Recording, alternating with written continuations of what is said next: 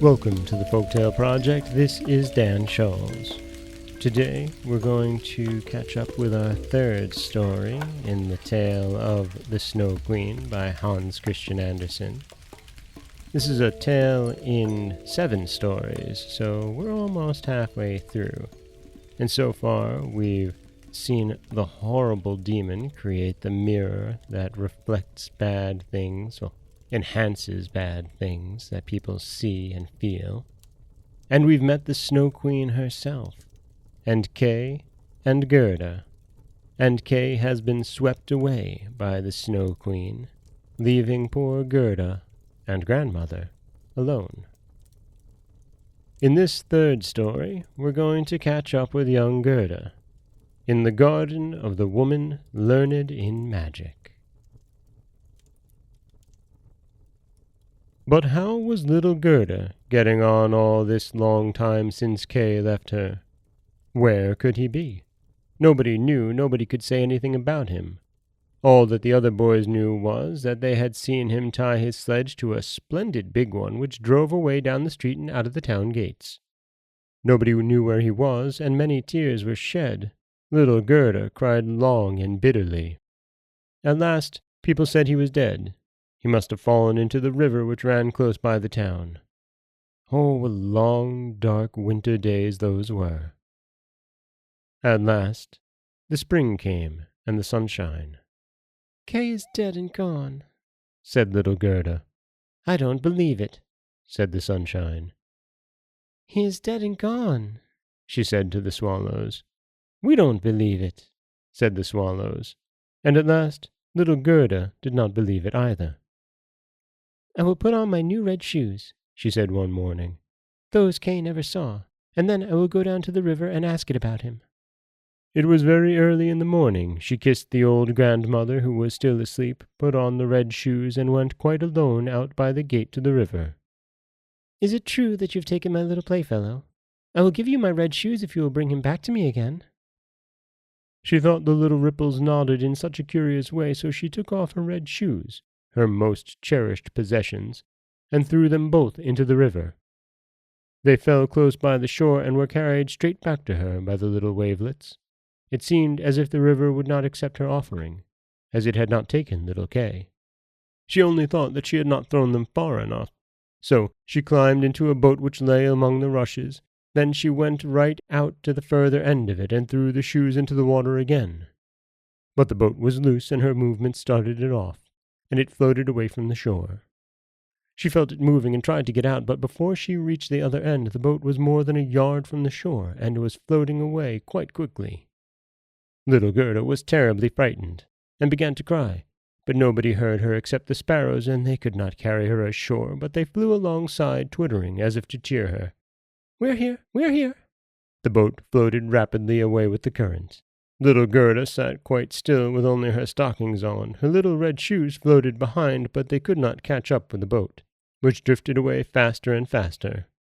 The banks on both sides were very pretty, with beautiful flowers, fine old trees, and slopes dotted with sheep and cattle, but not a single person. "Perhaps the river is taking me to little Kay," thought Gerda, and that cheered her up. She sat up and looked at the beautiful green banks for hours. Then they came to a big cherry garden. There was a little house in it with curious blue and red windows. It had a thatched roof, and 2 wooden soldiers stood outside, who presented arms as she sailed past. Gerda called out to them. She thought they were alive, but of course they did not answer. She was quite close to them, for the current drove the boat close to the bank. Gerda called out again, louder than before, and then an old woman came out of the house. She was leaning upon a big hooked stick, and she wore a big sun hat, which was covered with beautiful painted flowers. "You poor little child," said the old woman. "How ever were you driven out on this big strong river into the wide, wide world alone?" Then she walked right into the water and caught hold of the boat with her hooked stick. She drew it ashore and lifted little Gerda out. Gerda was delighted to be on dry land again, but she was a little bit frightened of the strange old woman. "Come, tell me who you are and how you got here," said she. When Gerda had told her the whole story and she asked if she had seen Kay, the woman said she had not seen him, but she expected him. Gerda must not be sad. She was to come and taste her cherries and see her flowers, which were more beautiful than any picture book. Each one had a story to tell. Then she took Gerda by the hand, and they went into the little house, and the old woman locked the door. The windows were very high up, and they were red, blue, and yellow. They threw a very curious light into the room. On the table were quantities of the most delicious cherries, of which Gerda had leave to eat as many as she ever liked. While she was eating, the old woman combed her hair with a golden comb so that the hair curled and shone like gold round the pretty little face, which was as sweet as a rose. "I have long wanted a little girl like you," said the old woman. "You will see how well we shall get on together." While she combed her hair, Gerda had forgotten all about Kay, for the old woman was learned in the magic art. But she was not a bad witch. She only cast spells over people for a little amusement, and she wanted to keep Gerda. She therefore went into the garden and waved her hooked stick over all the rose bushes, and however beautifully they were flowering, all sank down into the rich black earth without leaving a trace behind them. The old woman was afraid that if Gerda saw the roses she would be reminded of Kay, and would want to run away. Then she took Gerda into the flower garden. What a delicious scent there was! And every imaginable flower for every season was in that lovely garden. No picture book could be brighter or more beautiful. Gerda jumped for joy and played till the sun went down behind the tall cherry trees. Then she was put into a lovely bed, with rose-colored silken coverings stuffed with violets. She slept and dreamt as lovely dreams as any queen on her wedding day. The next day she played with the flowers in the garden again, and many days passed in the same way. Gerda knew every flower, but however many there were, she always thought there was one missing, but which it was she did not know. One day she was sitting looking at the old woman's sun hat with its painted flowers, and the very prettiest one of them all was a rose. The old woman had forgotten her hat when she had charmed the others away. This is the consequence of being absent-minded. "What?" said Gerda. "Are there no roses here?" And she sprang in among the flower-beds and sought, but in vain. Her hot tears fell on the very places where the roses used to be.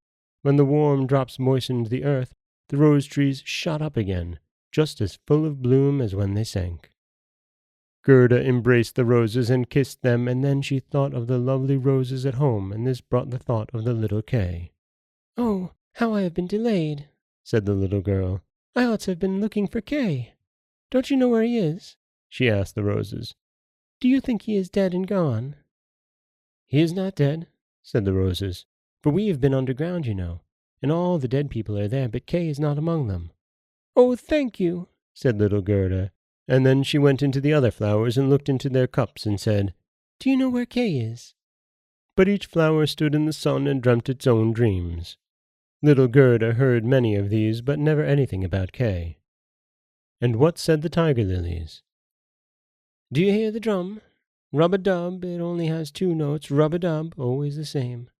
The wailing of women and the cry of the preacher. The Hindu woman in her long red garment stands on the pile while the flames surround her and her dead husband. But the woman is only thinking of the living man in the circle round, whose eyes burn with a fiercer fire than that of the flames which consume the body. Did the flames of the heart die in the fire?" "I understand nothing about that," said little Gerda. "That is my story," said the tiger lily. "What does the convolvulus say?" "An old castle is perched high over a narrow mountain path. It is closely covered with ivy, almost hiding on the red walls, and creeping up leaf upon leaf right round the balcony where stands a beautiful maiden. She bends over the balustrade and looks eagerly up the road. No rose on its stem is fresher than she, no apple blossom wafted by the wind moves more lightly. Her silken robes rustle softly as she bends over and says, 'Will he never come?'" "Is it Kay you mean?" asked Gerda. "I am only talking about my own story, my dream," answered the convolvulus. What said the little snowdrop? "Between 2 trees a rope with board is hanging. It is a swing. 2 pretty little girls in snowy frocks and green ribbons fluttering on their hats are seated on it. Their brother, who is bigger than they are, stands up behind them. He has his arms round the ropes for supports, and holds in one hand a little bowl, and in the other a clay pipe. He is blowing soap bubbles. As the swing moves, the bubbles fly upwards in all their changing colors. The last one hangs from the pipe, swayed by the wind, and the swing goes on. A little black dog runs up. He is almost as light as the bubbles. He stands on his hind legs and wants to be taken onto the swing, but it does not stop. The little dog falls with an angry bark. They jeer at it. The bubble bursts. A swinging plank, a fluttering foam picture. That is my story.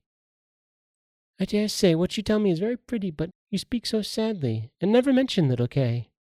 What says the hyacinth? There were 3 beautiful sisters, all most delicate and quite transparent. One wore a crimson robe, the other a blue, the third was pure white. These 3 danced hand in hand by the edge of a lake in the moonlight. They were human beings, not fairies of the wood. The fragrant air attracted them, and they vanished into the wood. Here the fragrance was stronger still. 3 coffins glide out of the wood towards the lake, and in them lie the maidens. The fireflies flutter lightly around them with their little flickering torches. Do these dancing maidens sleep, or are they dead? The scent of the flowers says that they are corpses. The evening bell tolls their knell. You make me quite sad, said little Gerda. Your perfume is so strong it makes me think of those dead maidens. Oh, is little Kay really dead? The roses have been down underground, and they say no. Ding dong, tolled the hyacinth bells. We are not tolling for little Kay. We know nothing about him. We sing our song, the only one we know. And Gerda went on to the buttercups shining among their dark green leaves. You are a bright little sun, said Gerda. Tell me if you know where I shall find my playfellow. The buttercup shone brightly and returned Gerda's glance. What song could the buttercup sing? It would not be about Kay. God's bright sun shone into a little court on the first day of spring. The sunbeams stole down the neighboring white wall, close to which bloomed the first yellow flower of the season. It shone like burnished gold in the sun. An old woman brought her armchair out into the sun. Her granddaughter, a poor and pretty little maidservant, had come to pay her a short visit, and she kissed her. There was gold, heart's gold, in the kiss.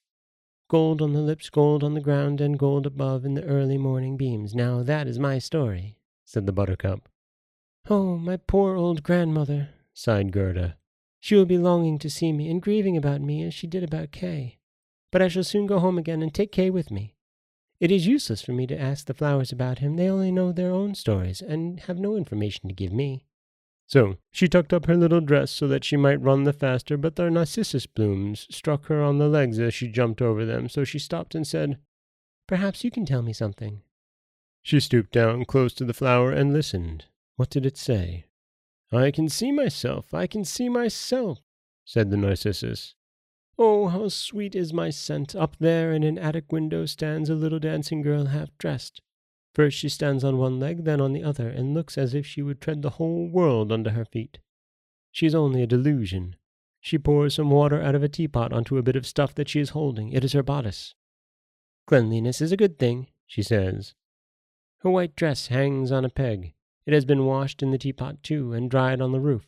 She puts it on and wraps a saffron-colored scarf around her neck, which makes the dress look whiter. See how high she carries her head, and all upon one stem. I see myself. I don't care a bit about all that, said Gerda. It's no use telling me such stuff. And then she ran to the end of the garden. The door was fastened, but she pressed the rusty latch and it gave way. The door sprang open, and little Gerda ran out with bare feet into the wide world. She looked back 3 times, but nobody came after her. At last she could run no farther, and she sat down on a big stone. When she looked round, she saw that the summer was over. It was quite late autumn. She would never have known it inside the beautiful garden where the sun always shone and the flowers of every season were always in bloom. Oh, how I have wasted my time, said little Gerda. It is autumn. I must not rest any longer. And she got up to go on. Oh, how weary and sore were her little feet, and everything round looked so cold and dreary. The long willow leaves were quite yellow. The damp mist fell off the trees like rain. One leaf dropped after another from the trees, and only in the sloe thorn still bore its fruit. But the sloes were sour and set one's teeth on edge. Oh, how grey and sad it looked out in the wide world. And that is the third story in the tale of the Snow Queen, the garden of the woman learned in magic. And we see a distraction put before Gerda, which she does overcome, but only after listening to the stories of all the flowers in the garden. This is Dan Scholes for the Folktale Project. Don't forget that you can subscribe to the podcast on Apple Podcasts, Stitcher, Google Play, Overcast, anywhere you like to get your podcasts. You can follow us on Twitter at Folktale Project. You can find us on Auto Radio, TuneIn Radio, iHeartRadio, Spotify, anywhere you like to listen. If you'd like to help support the podcast, you can always head over to patreon.com/folktaleproject. And you can always head over to folktaleproject.com, where you'll find a new story waiting for you every Monday, Wednesday, and Friday.